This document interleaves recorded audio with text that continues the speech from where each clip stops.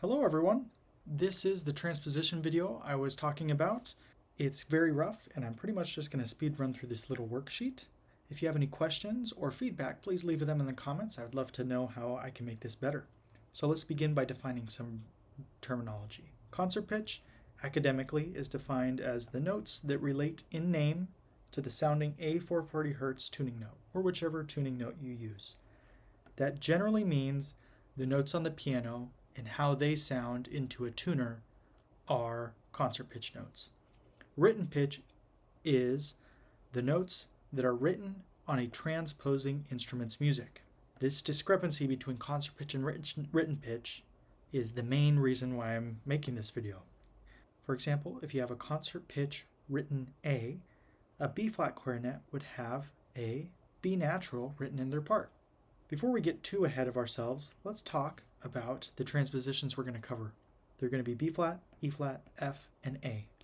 A is a little bit rarer, but it'll challenge us to think with sharps. Concert pitch is defined shorthand as C, written pitch as WP, or B-flat, E-flat, F, and A. As a default, I like to use a simple rule that is the written pitch is always higher than the concert pitch. That's because, except for certain instruments like piccolo, E-flat clarinet, xylophone, glockenspiel, and some other more uncommon instruments, that is the case for the actual register that they'll be playing in. So this is a really accurate way to transpose. Let's practice some transposition. If in the key of C, or in a concert pitch instrument, you see a B-flat, the written pitch, or the transposed pitch, will always be above. So I see a B-flat and I want to go up a major second. Now this interval is the most important part of my practice method with transposition, so keep that in mind. If in concert pitch I see a G, I'm going to go above the G a major sixth and end up with an E. That major sixth is really important. If in concert pitch I have an A, I'm going to go up a perfect fifth.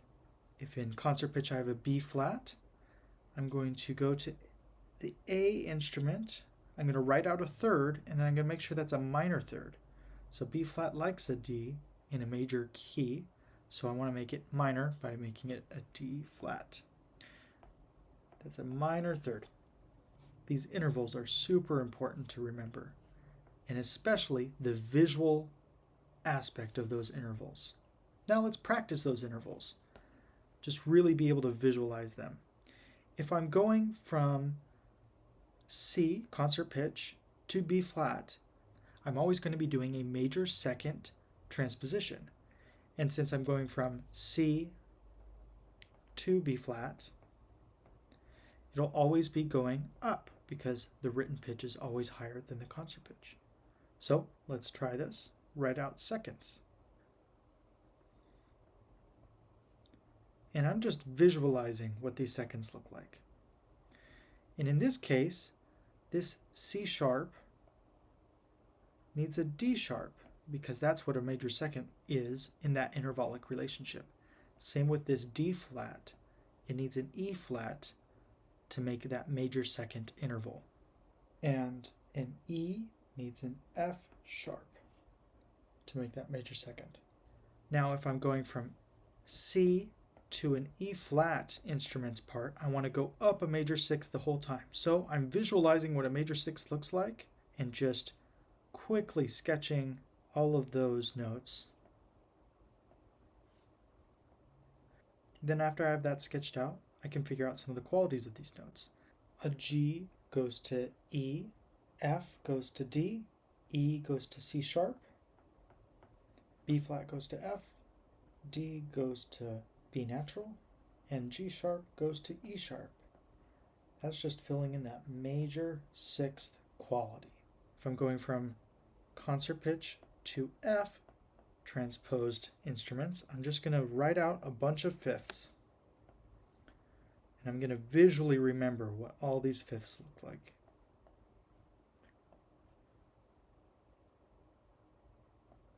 After I visually figure that out, I'm going to figure out some of the qualities. And eventually the qualities will come naturally with the visual aspect, but I start off with the visual because that helps me So a C flat to a G isn't a perfect fifth, and we need to make that a G flat. An A flat to an E isn't a perfect fifth, so we need to make that an E flat. And a B to an F needs to be an F sharp to make that perfect fifth interval correct.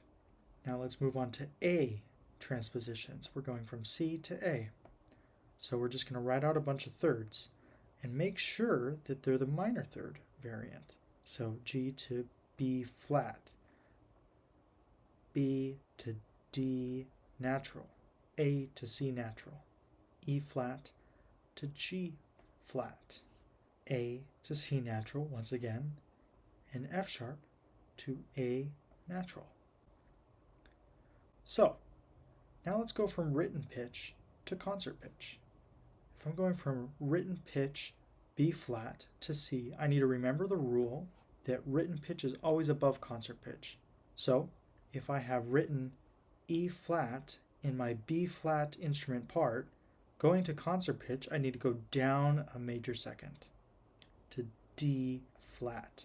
If I'm in an E flat instruments part and I have written a B flat, I need to go down a major sixth and write a D flat.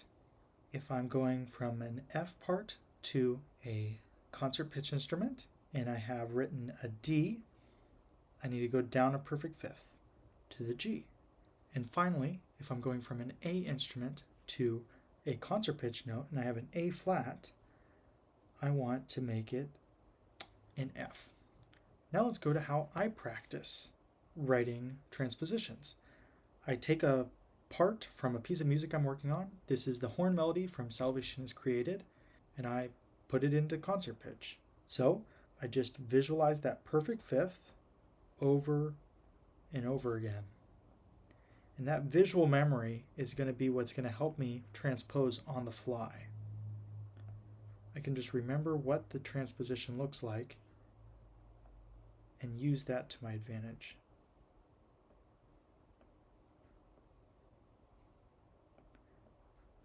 And in this case, all of these notes that I've written down are indeed perfect fifths. But we move on to transposing key signatures because the interval quality will not always be perfect if you just write out those interval kind of spacings. So let's talk about key signatures. The concert pitch instrument's default key is C. A B flat instrument's default key is B flat. E flat instrument's default key is E flat. And you guessed it, A instruments, their default key is A with 3 sharps. These numbers of flats and sharps are really important. The fact that B flat has 2 flats, E flat has 3 flats, and A has 3 sharps shows that they imply those accidentals already. So if we're going to move to the key of C or move to a concert pitch instrument, we need to account for those implied flats. So if I have the key of F in a concert pitch instrument and I'm going to E flat already has 3 flats implied. So I need to take away that 1 flat that the concert pitch instrument has and add 2 sharps, because that's equivalent to taking away flats if we ran out of flats to take away. Now, if I'm in a concert pitch instrument and I'm going to an F instrument and that concert pitch instrument is in the key of D, I need to take away 1 flat. So I would add 1 more sharp and we would end up in the key of A. This is kind of like a double negative property where if one key already has these implied, you just reverse those accidentals out of the concert pitch key.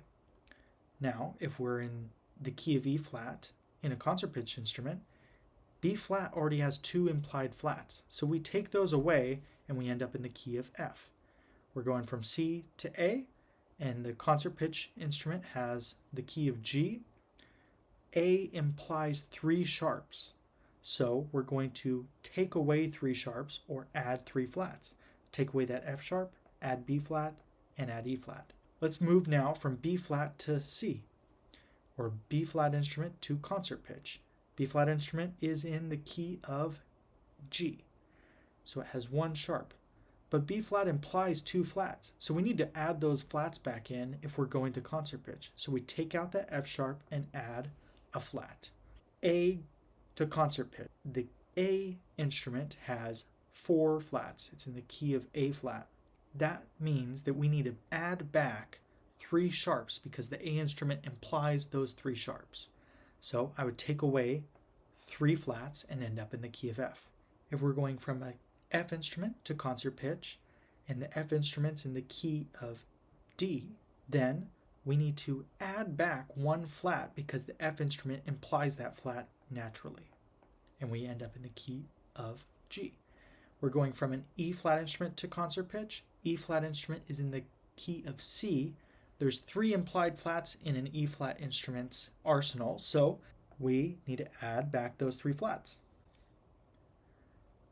This applies when I'm trying to do full transpositions, and I really want to make sure it's accurate. If I have a part in C, there's only one accidental here, so that means there's one non-diatonic note, and that's going to be important later. But if I have a part in C and I want to move it to a part in E flat, I first figure out the key signature. E flat has three implied flats, so I'm going to take away 1, 2, and add one sharp. Then I just manage a major sixth above the written pitches in the part in C, and I just visualize all of these intervals. Now what's really important to note is that this G sharp is out of the normal key signature, so I need to make that same half-step adjustment in my part in E flat. So from an E natural goes to an E sharp, and that's how I transpose regular parts. Let's try that one more time with the same little melody going into a part in A. So A has three implied sharps, so we need to add flats to account for that. We have those two flats normally from a part in C, and then we add 1, 2, 3 flats to get to our correct transposed key signature. Then we just go up a third for every single note in that concert pitch melody. Once again, we notice that this G sharp is going to adjust our B flat to be one half step above where it's normally written. And that's how I transpose. If you have any questions, please let me know. And like I said, if you have any feedback, leave it in the comments, and I look forward to seeing you in class.